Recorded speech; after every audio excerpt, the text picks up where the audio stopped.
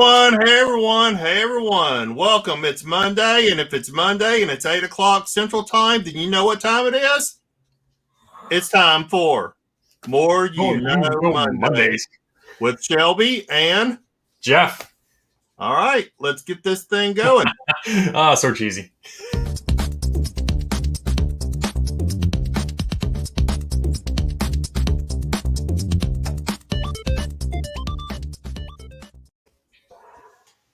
All right, Jeff, how you been, buddy?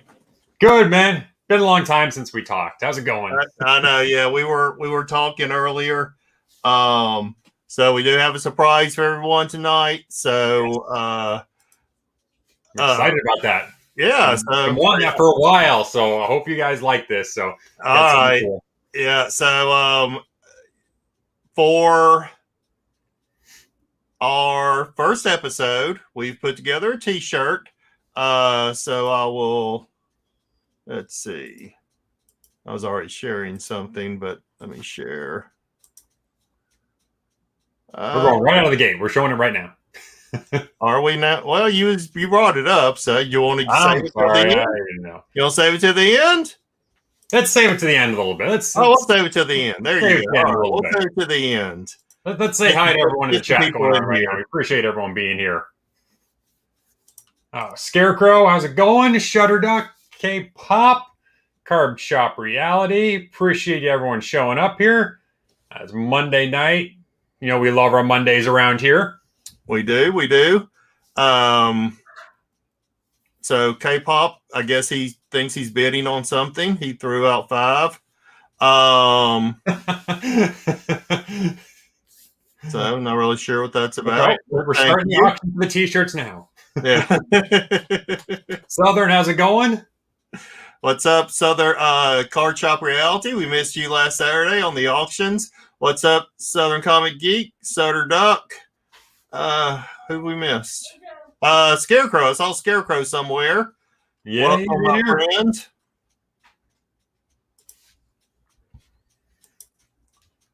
So, yeah. All right. Well, Jeff, did you do anything exciting this past weekend?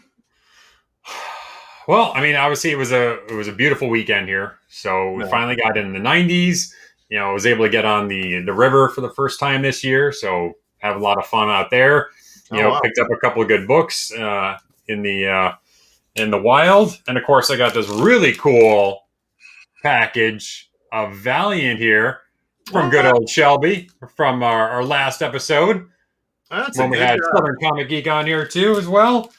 So I really appreciate that, man. You know, got a few questions about that. You know, it's funny because I didn't notice it maybe as much. But looking at some of their online auctions and some other comic book stores going to, now I'm finding some of these Valiant comics that, like I said, I might have passed up earlier. But now I'm looking and say, hey, that's the pink variant right there, you know, and looking at some of these other things, I'm like, oh, I got to pick some of these up now. So now, unfortunately, Southern has made me a lot more of a Valiant comic geek now. So I blame you, Southern. I know. I blame Southern too. So, you know, if I dropped a video today, I actually picked up the previews that he showed that had in there that has the Plasm Zero, but then it also has the it's so hard to find too because it's only like 4 pages, but it has the Deathmate Orange in there. So, hey T-Pain, what's up, my brother? Hey T-Pain. Yeah, it's only like a 4-page comic, and then, you know, it says continued in Deathmate Yellow. But, yeah, it's still pretty cool. Very cool. You know, really happy to pick that up in really great shape. So, you know, I can't believe, I owned a store during this time, man. We just threw this shit away. Yeah, that stuff they're never in good shape. They were throwaways. No, I'm surprised people even kept them. Yeah, this is not beaten up or anything. And I think I paid $40 for it. So, you know, I felt like that was a really good deal. But yeah, so it's all Southern Comic Geek's fault. That's right. K-Pop agrees. What is this? Valiants are fun. Yeah. So I will. Bernard gives way. Yeah. So yeah, I'm going to definitely keep a lookout for some of those golds, you know, and things like that. But you know, Who knows? Yeah, there was a couple. Actually, Southern, I sent you a link to one of those. There was actually some online auctions that had a whole bunch of the different platinum and gold foils and some of the different Valiant, a little more rare ones that I saw. Oh, really? Yeah, so it's pretty cool. What'd you do this weekend? I went with Big some. sigh. It was raining. It's been raining for like a week here. And I did go with some friends to the park, even though it was overcast and stuff. We had a little get together, and yeah, so that was nice, to actually be out of Right? the house, Be outside. around other people, not afraid to touch one another and things. Whoa, And, whoa, whoa, whoa, whoa. I don't know who you're touching or what you're touching, man. well, like, anyway, shaking hands or just, being close to one another without like, Oh, whoa, keep 6 feet distance, no, you say you went to the park and started touching people. I don't know. Oh, yeah. Not that kind of touching. Yeah, and then the person I bought that from sent me this Archer and Armstrong #8 as a free. Oh, cool. Oh, #10. So, yeah, pretty cool. Barry Windsor Smith artwork, which I always love. But, and then, of course, the Saturday auction, which was really great. Kind of going along with our discussion of censorship in comics. I was one of the earlier adopters of supporting Ed Piskor with Red Room. And I got a case of these in last Wednesday and I sold out. Yep. Yeah, it's amazing. I sold out of every one, sold out of all the variants. So like I said, this really kind of goes into,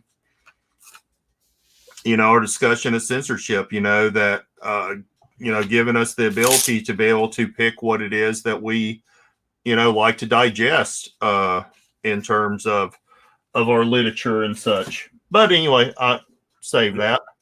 Man, we got a lot to go into. You got a big presentation this time, so I do. So let's do a quick update.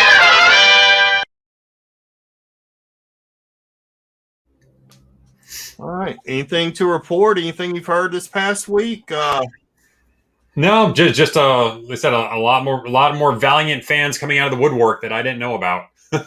Apparently, everyone kind of was hiding in the dark, saying, "Yeah, I like Valiant." Now they're coming out saying, "Yeah, it's actually pretty cool." So yeah, they were closet Valiant fans. right. No one admitted it. Now they're coming out and admitting it. Yeah. So that's the first step, right? Is admitting that you have a problem, right? And yeah, a lot of people not knowing about the video game licensing part, like the Super Mario's and everything was Valiant. So seeing some of that stuff was kind of cool for people. I did know about that, but I'm sure I'd forgotten about it. But yeah, that was, but that's the way a lot of these companies start out. Dark Horse started out mainly licensed. Yeah, it's the easy way to go. Yeah. Yeah, it's really the way to go, I think. So yeah, you're licensing credibility. You're getting something that's got a built-in audience already for it. And for it, hey, we'll just put a new spin on it and we'll put it out there, and that's an easy way to go. I'm from the past, not Shelby's. Yep. Yeah. Times have changed. Times has changed. Yeah, something sent to you free, but it's. Yeah, that was kind of cool, though. It's cool just knowing I could find one. So, see, that's how K-pop got back into it, hanging out in Bernard and Sean's stream. Oh, okay. Worked under Barry. Under Barry, cool. Very cool. Yeah. All right. All right. Let's get into it. Let's get into it. All right. So, a couple of things I want to show first is, I love reading about history and stuff. So, I just don't need to get me started on sealed wizards right now. I got a guy that has a case of stuff from the 90s I need to get back in touch with. I do have a wizard #1 still sealed, but a couple of books that go along with censorship or talk about the censorship in comics. This first one, I hadn't read this yet. I did kind of breeze through it and go through a few of the chapters. But Seal of Approval by Amy Nyberg, The History of the Comics Code.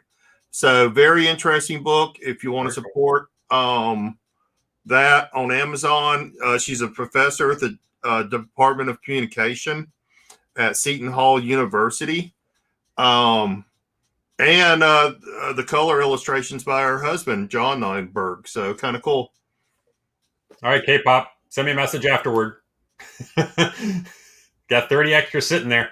Oh, under his bed. Yeah. Send us a message. So that's something we may, that might be an interesting thing to talk about is the history of Wizard Magazine. Another one that I'm still reading right now, The 10-Cent Plague. And this talks about comic censorship also, but the subtitle is The Great Comic Book Scare and How It Changed America. And so it gets into more of the, not really politics, but the sociology of how the censorship and comics really affected America. But it goes a lot. I mean, like 8,000 people lost their jobs, due to the shutting down of a lot of comic companies and such. And, you really get to dig into more of the effect that it had broad reaching across our society and in people's lives, which was really, really neat. I'm enjoying this book quite a bit. So, maybe look that up, The 10-Cent Plague. Okay, so now that's out of the way, I'll share. All right, censorship in comics. So I did buy me a new monitor up here. So if I look like I'm looking at the wall, I'm actually looking at a monitor behind my laptop. So that way I can see the stream and very cool. Got a whole new setup, man. At the same time. So, all right, censorship in comics. So examination of the early bans of comics in the golden age. Oh man, this kind of popular picture, maybe you've seen it around about comic book burning. And this was actually a photo that was done in Chicago. So there was an anti-comics editorial called the National Disgrace that was against comic books. And a little quote from that: badly drawn, badly written, badly printed, a strain on young eyes and young nervous systems.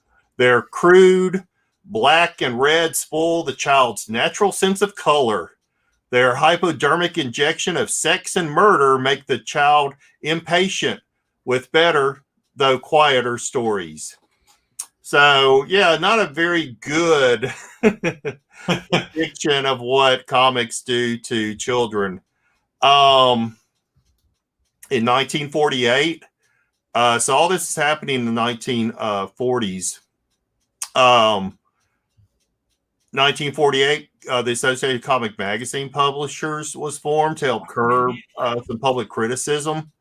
They did try to ban some things such as sympathetic to criminals, scenes of sadistic torture, depiction of divorce, foul language, but they really did not gain any traction, was able to do anything. So Seduction of the Innocent is probably the most popular thing, and I'm wearing my Frederick Wortham t-shirt tonight. So you can put whatever word you want. I'm not going to say anything. Let people decide what that says. But Frederick Wortham began his crusade to get comics in the late 1940s. His first article was "The Comics Very Funny" in Saturday Review Literature, 1948. He was later interviewed for this article that's here, and I love this cover, right? Picture of like a kid stabbing another kid in the arm with a fork. I'm sorry, I just find it so funny. This is called "Whore in the Nursery." That was in Collier's magazine in 1948. And then later articles based around this sentiment was "What Parents Don't Know About Comic Books" in Ladies' Home Journal, and then "Blueprints in Delinquency" in Reader's Digest in 1954, which actually had a lot of excerpts directly from his 1954 book, Seduction of the Innocent. So, yeah, that didn't happen in my nursery, but yeah. Anyway, and probably what a lot of people think of when they think of the censorship is the Senate hearings. So, a little bit of backstory on this. There's actually a subcommittee formed in the early 1950s on juvenile delinquency, which was a huge issue in New York City. So the senator from New York, Robert Hendrickson, formed this committee in Senate. And in 1954, the committee turned its attention to comic books as a possible cause, or at least a contributor, based on, of course, the articles and then the book Seduction of the Innocent. Frederick Wortham was brought in as an expert witness. If I remember right, the Senate hearings took place over 3 or 4 days, and Frederick Wortham was brought in only one day. And then, of course, they had other people like William Gaines that came in. Probably most famous was from E.C. Williams Gaines Company, Crime Suspense Stories, number 22, was entered into evidence as, depiction of, well, you can see the depiction there, right? With her head cut off. Yeah. But honestly, the committee hearings did not turn out, to be the lead cause of what came about as censorship. So their final report did not blame comics for crime. However, it did recommend that the comic industry tone down its content voluntarily. And thus, the Comics Code Authority was formed, which was actually formed by the comic companies. You have the first print of that? Are you keeping up? Now, didn't Wortham, didn't he have a triad psychotic clinic actually in Harlem? Yeah. Something like that?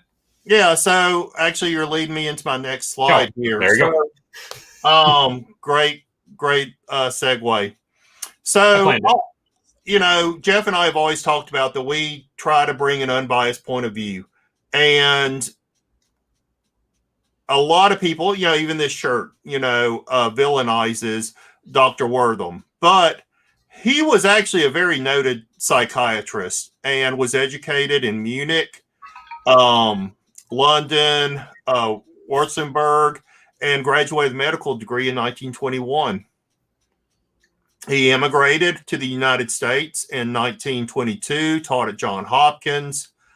He was actually seminal in fighting against segregation. And he wrote an article about the detrimental effects of segregation, which was used in the milestone judgment of Brown versus Board of Education, which ruled that segregation was unconstitutional. Wortham also had a reputation as a progressive psychiatrist that treated poor Black patients at his La Forge clinic at a time when there was a lot of discrimination, and especially towards urban mental health. And he was the first psychologist to suggest a link between early socialization and brain development, which is something that we know to be true today. When children are raised in very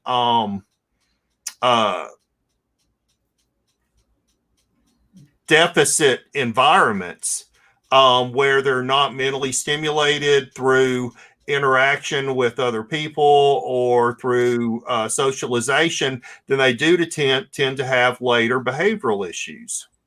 So, and he was one of the first people to actually suggest that. And then a little bit about the people that did the committee hearings. Again, I don't think we can really vilify them either. So Congressman Keever, who was the lead of that Senate Committee on Juvenile Delinquency. He was twice nominated, lost twice as the Democratic nominee for president, but he was instrumental in legislation to prohibit monopoly in business and was a main player in hearings on organized crime. He went on against several Southern Party members and voted for the Civil Rights Act in 1967. And it was the Kiever-Harris Drug Control Act that was signed by President Kennedy in 1962 that forced drug companies to disclose all ingredients and possible side effects associated with drugs for public safety. So we can't, I think, just look at, the bad without looking at the good of these people also. And, Sure.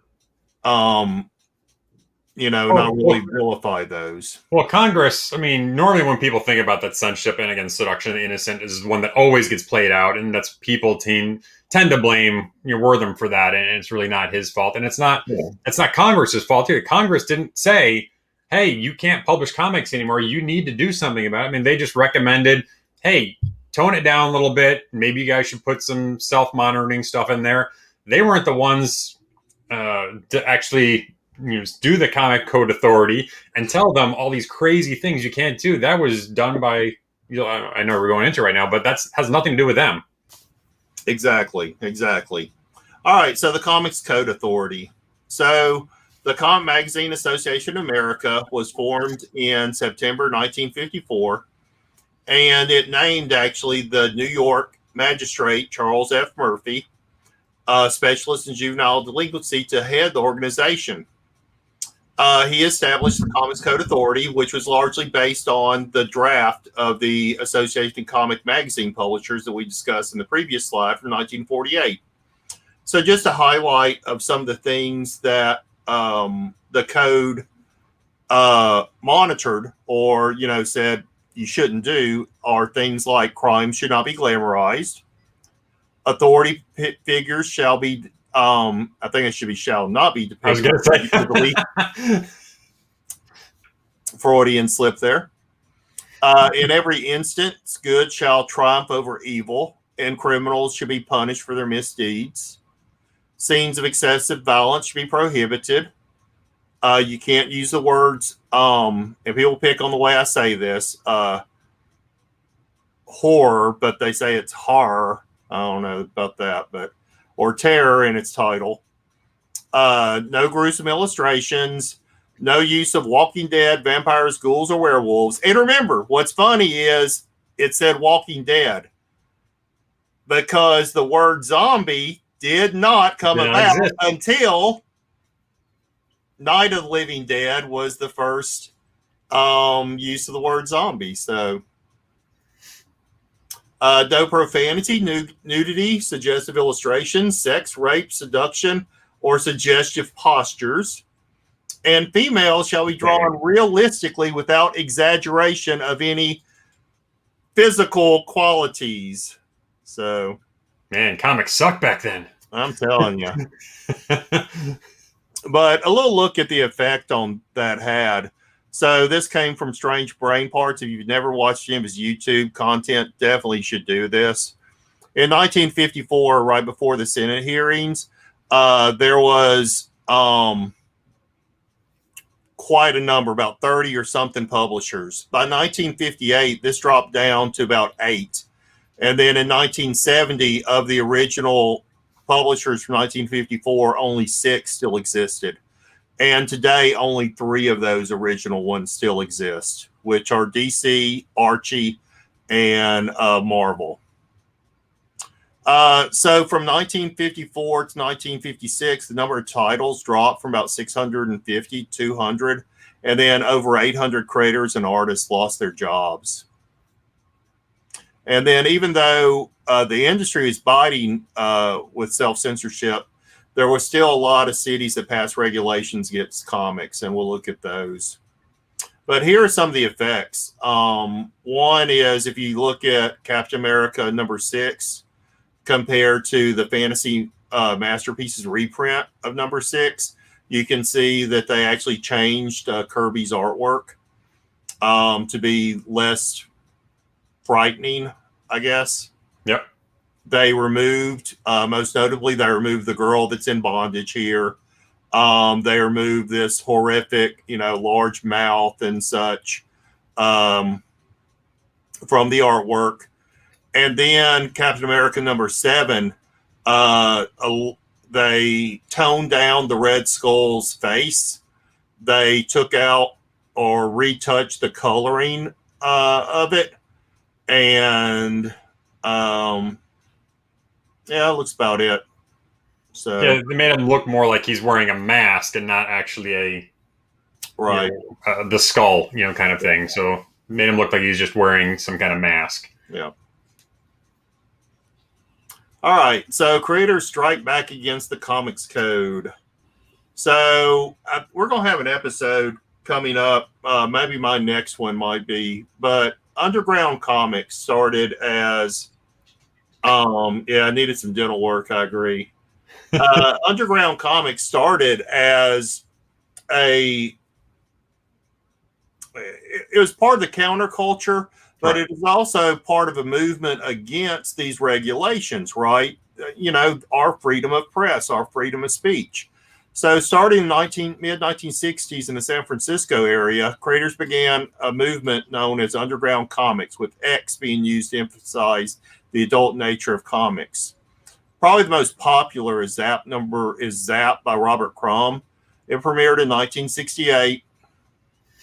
And he actually sold him out of a baby carriage that was pushed by his wife along San Francisco, Haight-Ashbury area. Approximately 3,500 copies were sold. Now, the famous one or infamous one is issue #4. This is what got a lot of things into trouble. Released in August 1969, the book would become infamous for its story entitled Joe Blow, which was drawn in a simple Walt Disney style and featured a white-collar executive who, after a hard day at the office, enjoyed spending quality time with his nuclear family. And by quality time, we mean an ancestral orgy.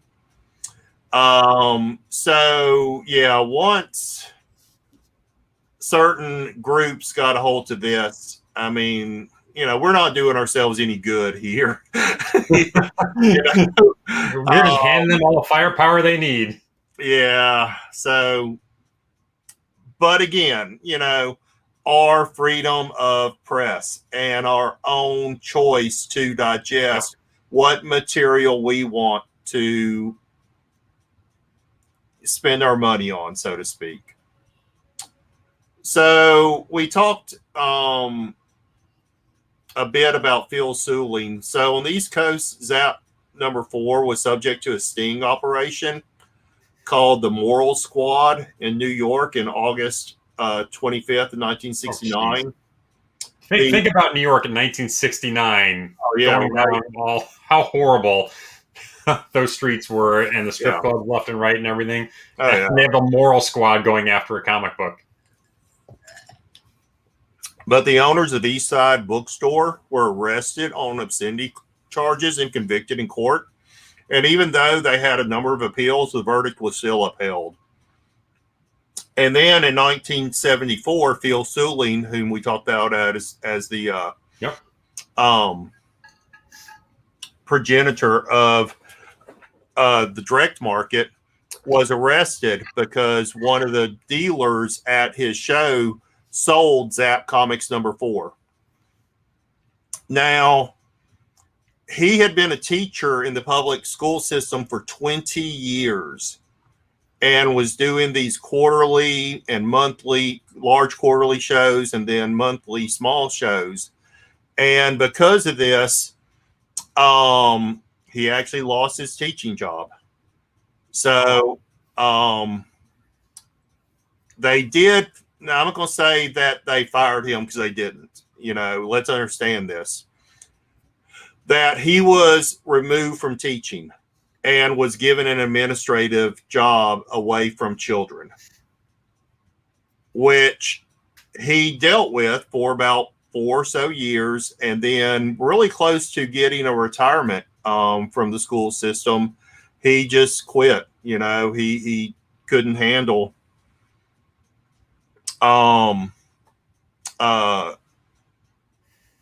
It's being coming up, card in shop. that position.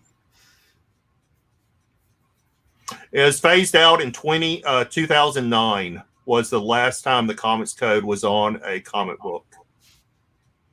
So this is kind of popular, and you would actually know this if you've watched the movie The People versus Larry Flint. But in 1973,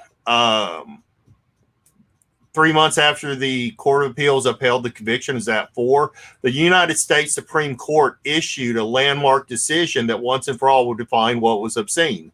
If you remember from that movie, if you saw it, they said, well, I don't know what is obscene. I can't define what is obscene, but I know it when I see it. That was the criteria for obscene. Is I can't define it, but I know it when I see it. All right. So they did form this 3-pronged test, which was whether the average person applying contemporary community standards would find that the work taken as a whole appeals to the purent interest, whether work depicts or describes in a patently offensive way sexual conduct or excretory functions specifically defined applicable state law, and whether the work taken as a whole lacks serious literary, artistic, political, or scientific value. What has happened is comic books you have to meet all 3 of these criteria.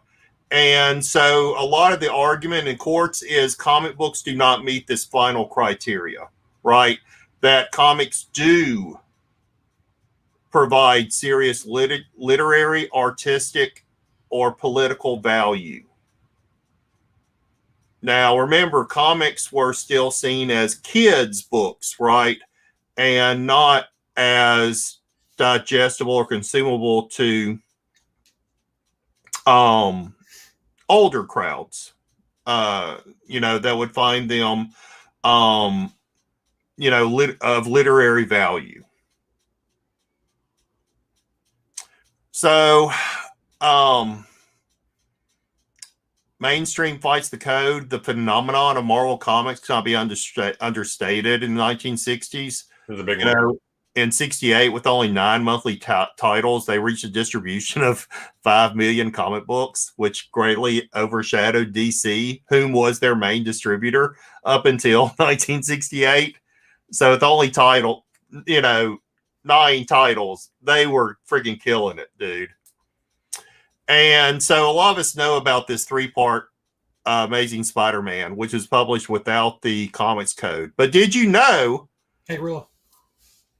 that President Nixon actually contacted Stan Lee himself and requested there be a story about drug abuse? And so Lee went against the Comics Code and wrote the 3-issue story in Amazing Spider-Man 96 through 98, in which Harry Osborn was hospitalized after an acid trip. Lee did ask for permission, but was denied, and then ran the 3 issues without the seal of approval. And in lieu of punishment, Marvel had a promise not to run any books without the code in the future, which they abided by until 2009. No Marvel comic was ever run without the seal of approval since then. But after this, they did start relaxing their restriction on crime and horror books, as well as depiction of drugs. So that's when we see this outpouring of monster books in the early 1970s. Right. I mean, going back to the Marvel, like you said, go ahead. That can't be stressed enough when we talk about, fighting back, like you're saying that. And up until then, no one, in mainstream who's selling this many books has wanted to break this code. to have their main character go against the comic code. Even they specifically said, the comic code said, no, you can't run this.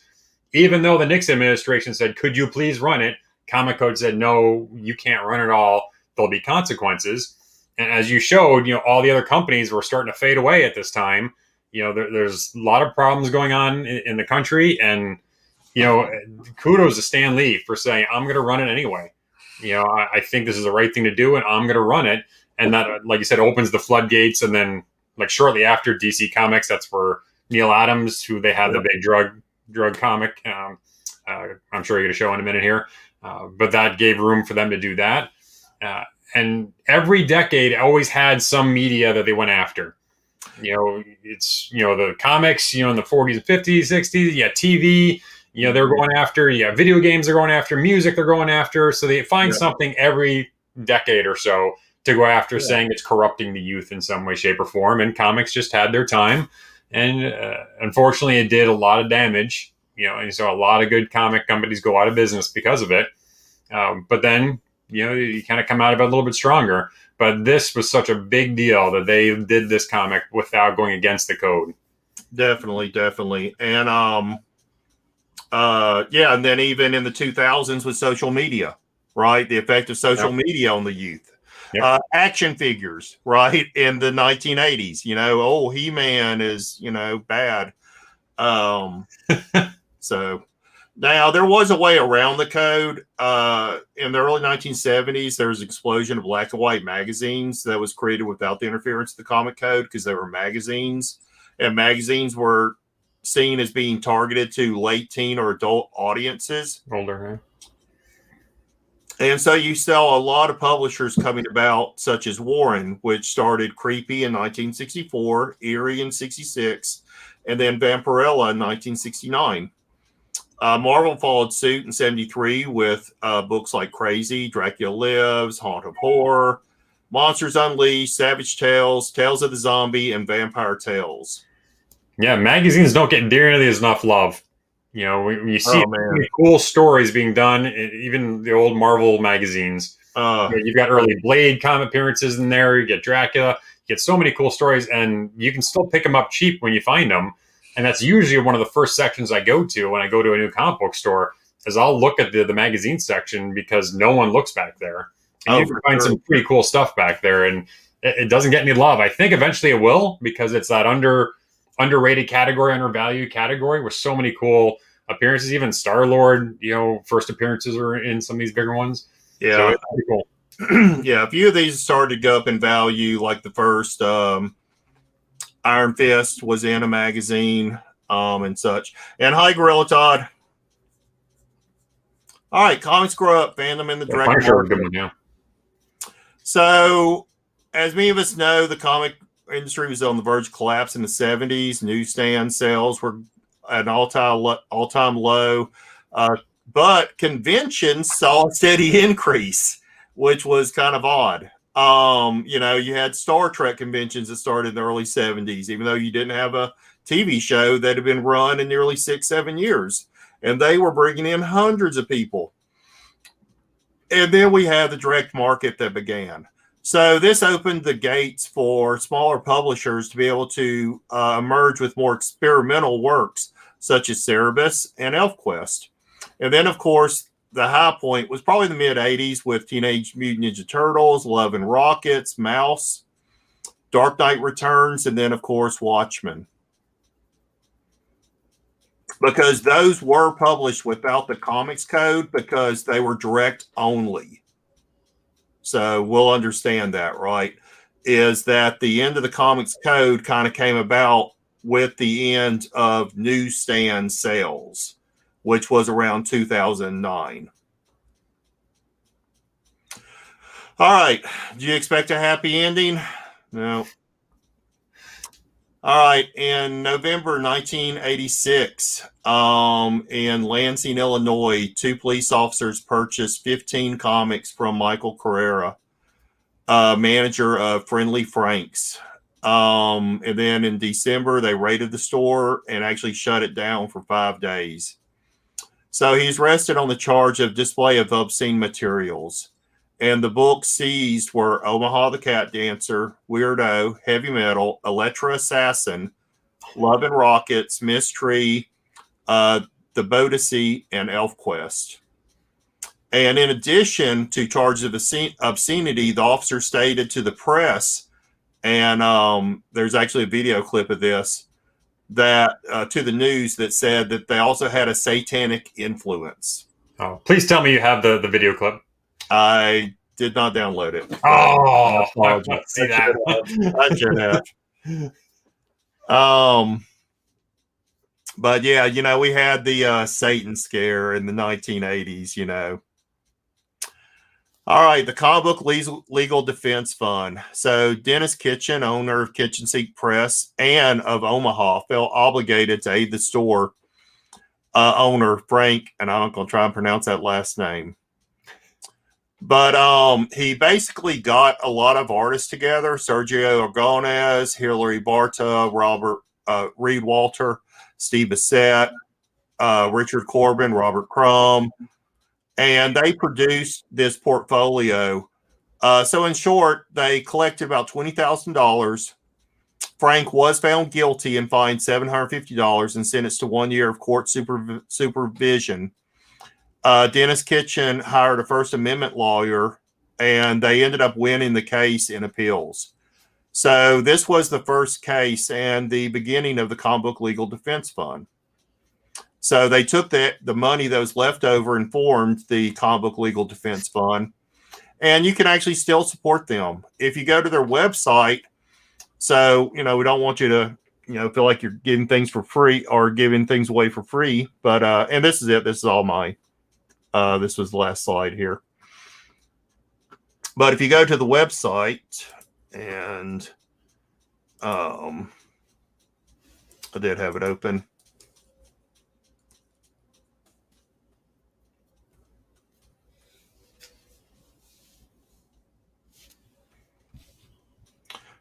Want me to drop the link?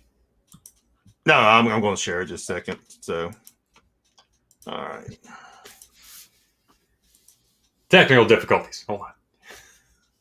No, I just don't know what I'm doing. Difficulties. No, we know.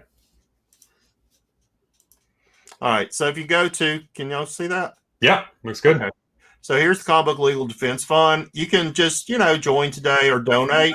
But also, they sell books that all the money proceeds go to the Comic Book Legal Defense Fund. So like this Neil Gaiman, The Graveyard Book, $60, that goes to the Legal Defense Fund. Thanks, Gorilla. Sandman Overture, Umbrella Academy, hardcover. Yeah, there's some good books in there. I bought some stuff from there. Yeah, Umbrella Academy, the Dark Horse. There's a lot of signed books in here too. So dykes to watch out for. I think it's funny. On a Sunbeam. But yeah, you can go through there and you can find some really good books. Like I said, a lot of them are signed.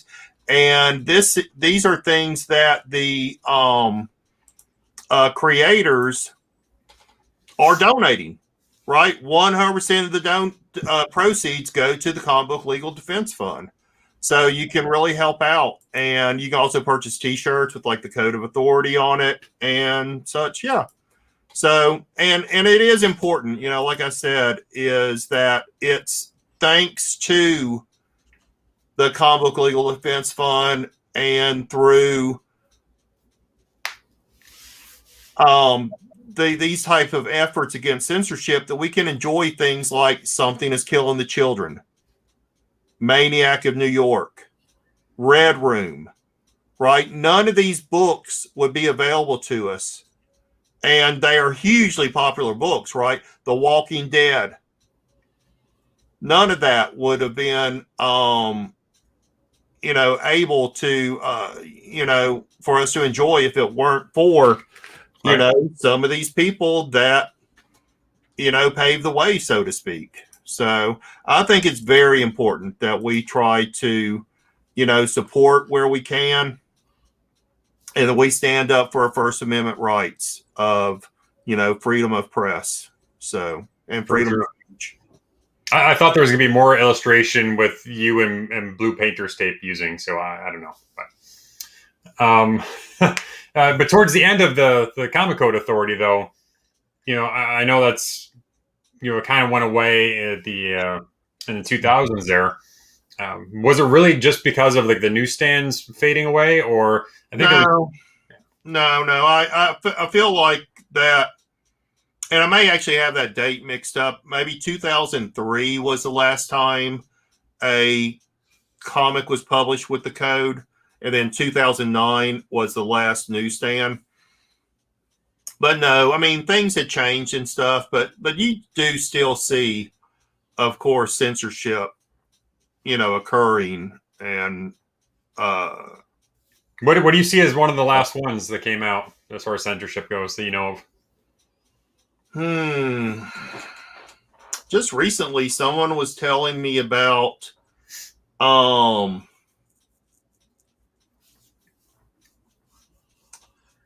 not going to remember it exactly, but someone's just telling me they had heard a story that not that long ago, a store had gotten not shut down, but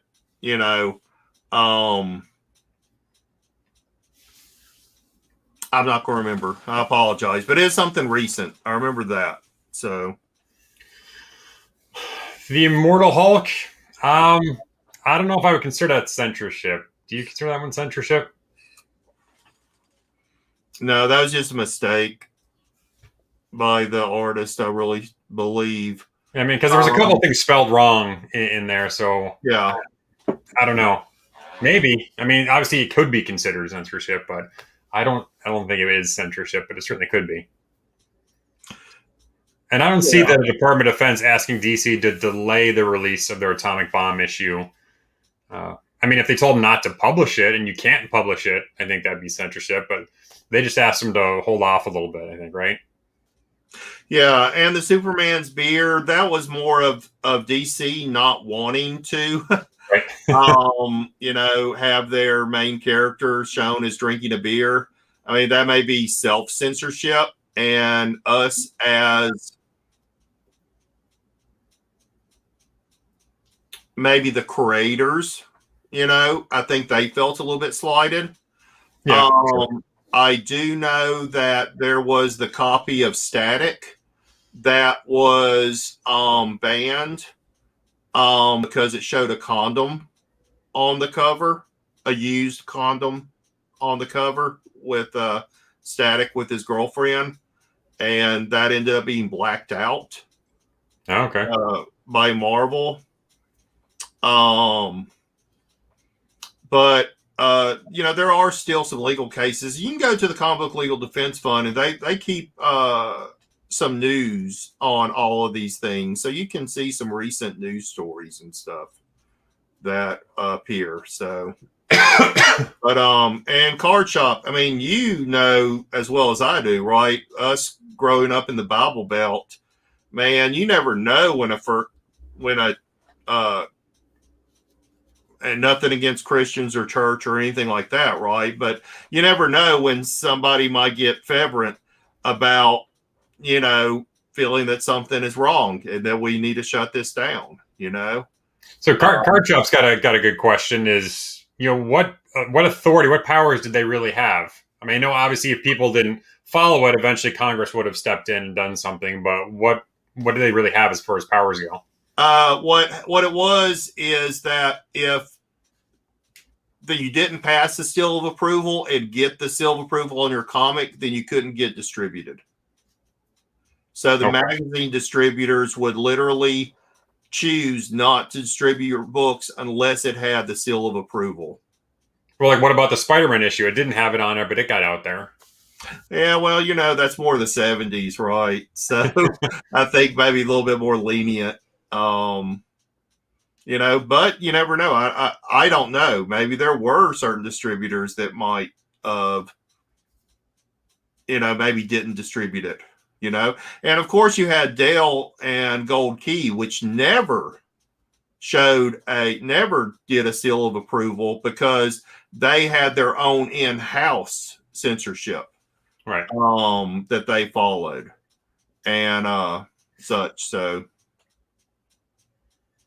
Yeah, I mean they have, it's almost an imaginary power, I guess. They pretty much had the deals worked out with, like I said, the distributors, and obviously the shop owners were scared if they had a shop full of these non approved ones. They can get raided at any time and get hauled in. So yeah, and again, like I said, I know like a lot of other categories in industry, if they weren't following their own in-house censorship, then that gave more firepower for the religious groups or for whoever to go back to Congress and say, look, it's failing, they're not censoring themselves, my kids exposed this, look, there's a head chopped off, you need to do something, you need to step in. So yeah, and Card Shop's bringing up some. So Card Shop was a customer of mine back in the right. late 80s, early 90s. I used to sell Omaha, excuse me, Omaha the Cat Dancer, but I had to sell it literally under the counter. We had underground books, but they were literally under the counter. You had to request them, and then we would pull them out and let you see them. And then there's a guy, Clint's Comics, that would just put them behind the counter on the wall, and he got in some trouble, Wow. For having those things out. So, Yep, not on the shelf. yep, no, that was on the shelf at Donna's. So, wow. Well, that's again a lot of great stuff. There's a lot, like I said, a lot of books out there. There's a lot of videos out there. There's a couple of movies out there that people can go and watch and get some more information about this, because this was a lot to fit into a short amount of time frame that we try and do here.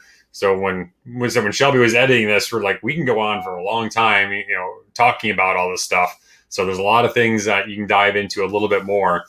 We definitely encourage everyone to do that.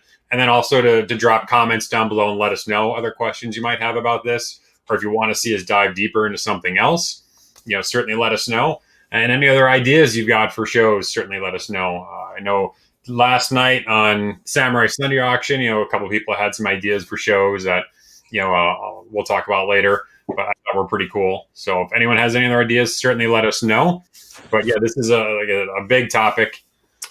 Yeah, and one of the main things Jeff and I are doing is, we're trying to bring history, right? We want to just talk about the history, how something originated, that people might not know, and then you can kind of move on yourself and start researching a bit more. Yep. But just to give you the foundation of what something is about, and then if you're more interested, go search it out yourself. Please do. All right, let's see what we got here. I don't have any good censorship. Normally I try and do a promo or giveaway or something that's around this topic, but I know you got your red room and stuff, but I mean, I've got nothing. I sold out, and I didn't keep one. I didn't keep one out. But what I'm going to do though is these did not sell the other night. So this is a nice big stack of what probably would have been censored at some point. But I got they can censor Electra. They can censor anything. Oh yeah, I got a nice big stack of nothing but independent horror books. Most of them are number ones.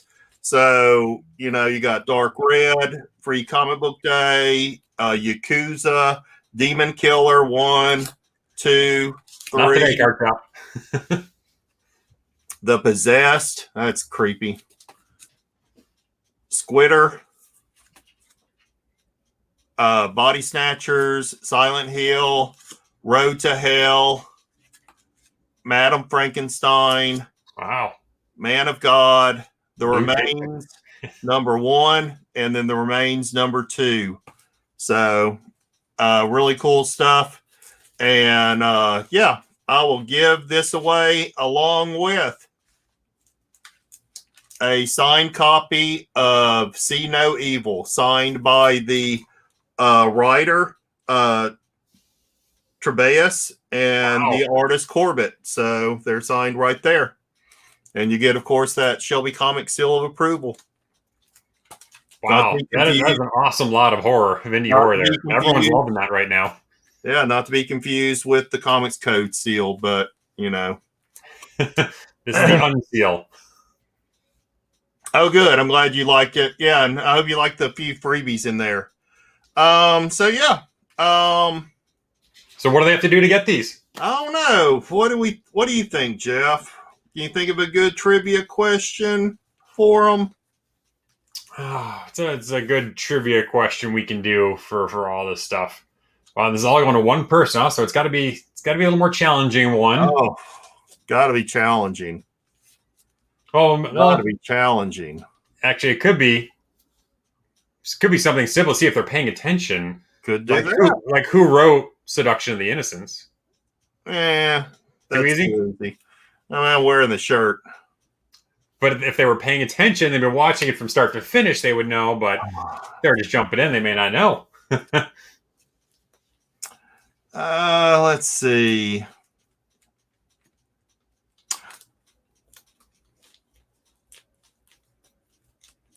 What do you got? Some kind of censorship question. Yep.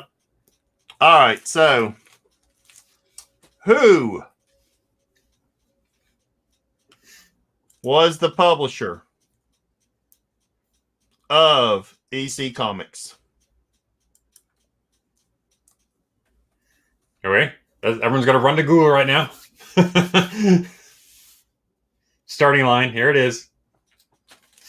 He testified in front of Senate. Yeah, I won't forget that. Thank you, Card Shop. And we got our PSA at the end. We always do. Yep, got PSA. This is a killer lot right there.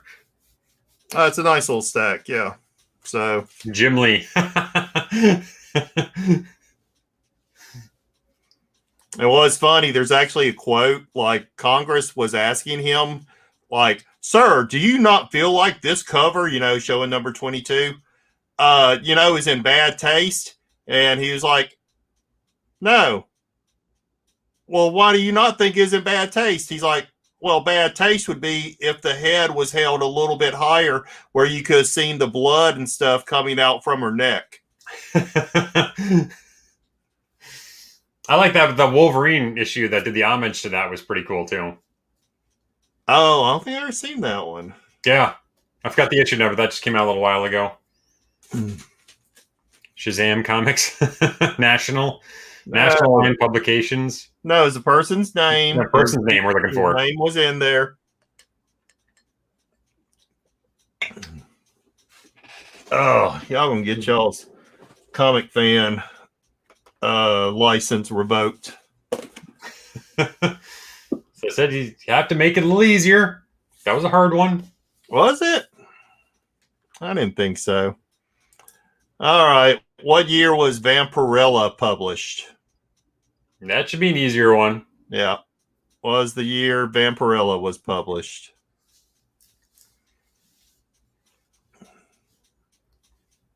Oh, everyone's jumping in now. Yeah, I got it. Oh, well, Tim got William Gaines. Yep. Do you see that as the first one? Yep. Yeah. Max Gaines, William Gaines. Yeah, it's William Gaines. Yeah, it's William. You asked a DC question. Unless it's a Marvel question, we're not going to get it. All right, Tim. Very good, my sir. Your comic book fan license is not being revoked. You actually get the Shelby badge now. Right. Okay. All right, Max was his middle name? I thought it was Danger. Danger. All right. All right. Let's talk about some t-shirts. Couple of things. Okay. So I was trying to share a few minutes ago. Let me see if I can get it correct this time.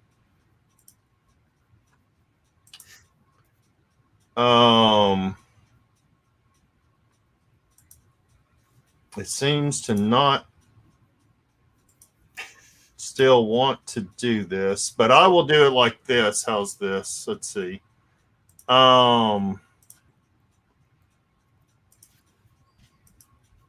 Actually, where is? Let me look it up too.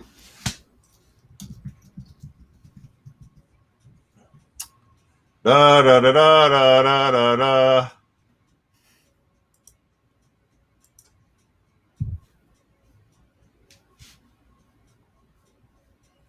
See how prepared we are. How prepared we come every Monday. All right, what I'm gonna do is I'm just gonna share my whole screen Okay. to do this. Oh, why are you acting this way?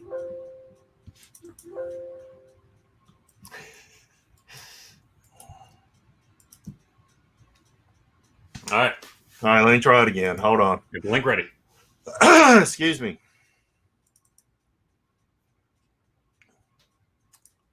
Okay. Wait till next Monday. I'm just going to share my whole screen here so we can see it. Do it. Do it now. All right. So, can you see it? Yeah. Okay. So we got More You Know Mondays. So if you're a conspiracy theorist there, you can wear More You Know Mondays t-shirt. If you can't see that well enough, then there, it's on boobies. But this is in honor of our very first episode.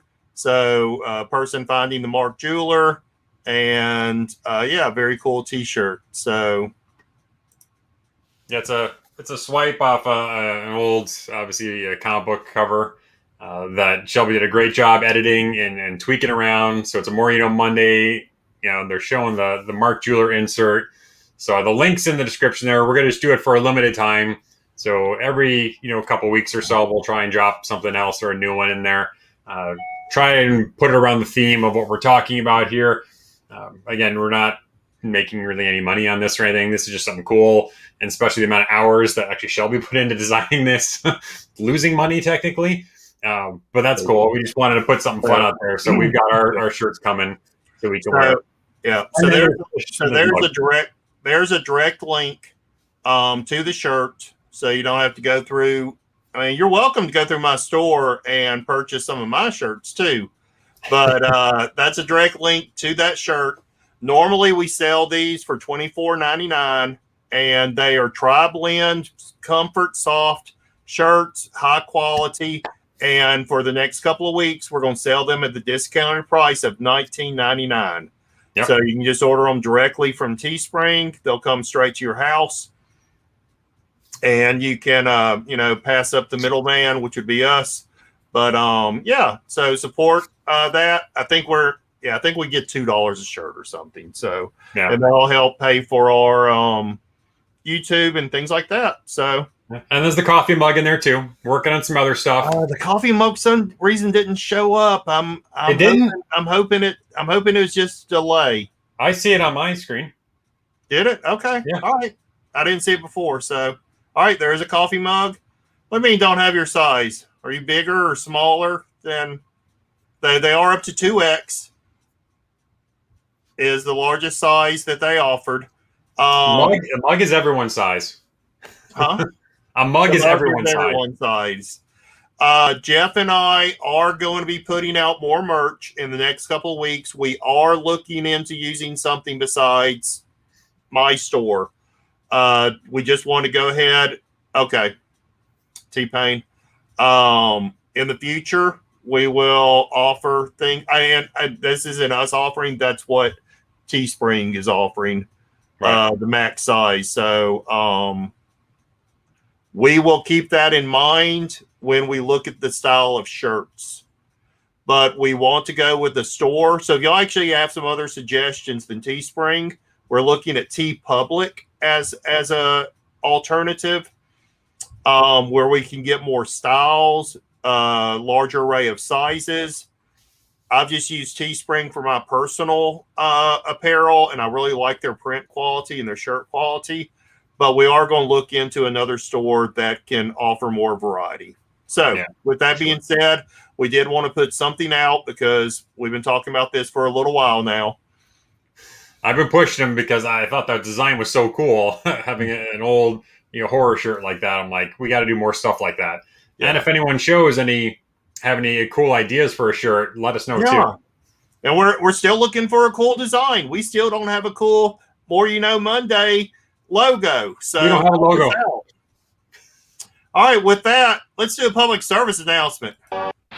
This is gonna be the best looking bike in the block. Ooh, I don't feel so good. Hey, Ezra, don't you know you're not supposed to use spray paints without lots of fresh air? Dial tone. All paints, and especially spray paints, have poisonous gases in them. If you breathe too much, you can get very sick. We didn't know. Always read the label carefully and check for warnings before you start any job. Wouldn't hurt to wear these masks either. Now we know. And knowing is half the battle.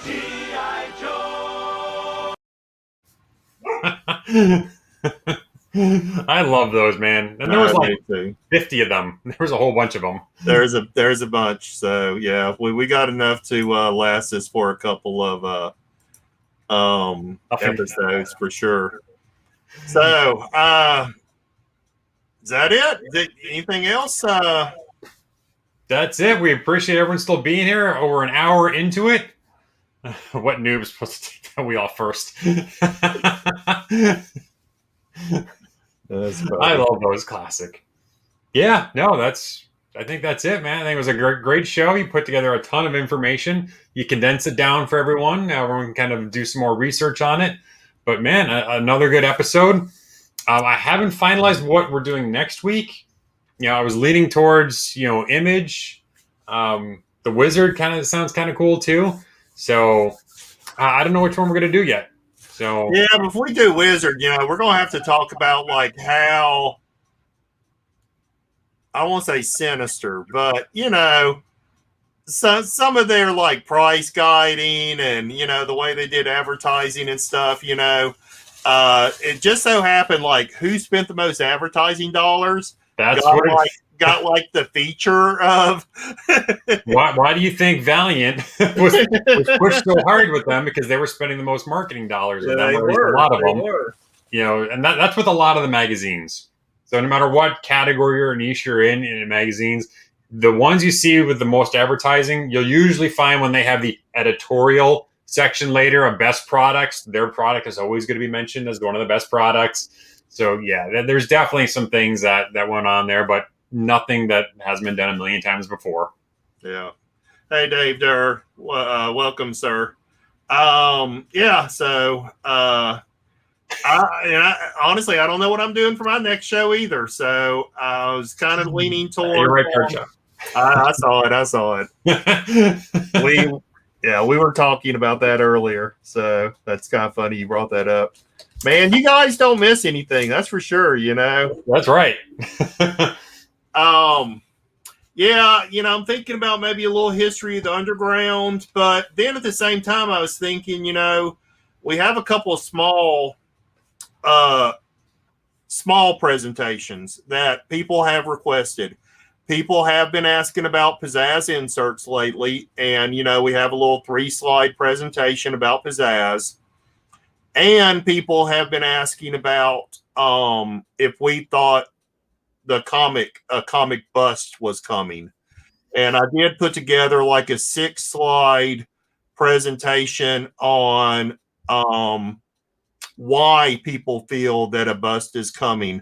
Now, again, we never give answers or anything. That is for you guys to decide on for yourself. But it does show the parallels between the 90s and today and why some people may think that. So I was thinking about maybe for my next one, maybe just doing those two and getting them out of our can. Since they're That'd be a good one. I was looking through our list right now, and Vertigo was on there. I might do Vertigo, actually, even though obviously I'm a big Marvel fan. Vertigo is really what got me into DC Comics. Oh, for sure. Yeah, because that really changed their whole landscape and made kind of DC relevant again. So I do like that. But yeah, we'll figure it out. I'll send a message out to everyone so you know which one it's going to be. If you guys want something, again, put it in the comments there. You're watching the replay, comment down below, and we'll definitely add it into the list. Yeah, for sure, for sure. So, hey, thank all of y'all again for tuning in. Thank y'all for being here with us every week. We really, really appreciate the support and the love that y'all give us. And, just like Jeff said, drop us a comment, give us some ideas, hit us up on IG. We're always looking on ways to improve, and we're looking for some art, so if you think you're an artist, Thank you, Card Shop. All right. With that, I think Jeff and I are going to sign out. Yep. Where are you going to be this week? You doing anything? We got Thunder. So we got Thunder, the Thunderdome auction on Thursday. This Sunday, it's not a Samurai Sunday auction. I may not be doing an interview this Sunday, so we'll see. But otherwise, yeah, I'm just doing Thursday. What about yourself? I think Wednesday we are doing a Gorilla Todd. We took a night off last Wednesday because I think Todd had some finals and stuff to grade. It's near the end of the school year for him, so he's pretty busy. Thursday, I plan on being with you on Thunder God, and then of course Saturday I'll be with Todd again. So very cool. All right, K-pop. I'll hit you up with that. Actually, that sounds pretty cool. All right, so that's it for us. Thank you all again. We appreciate it. Most of all, remember, peace, love, and comics. Thank you all. Good night. Thank you, everyone.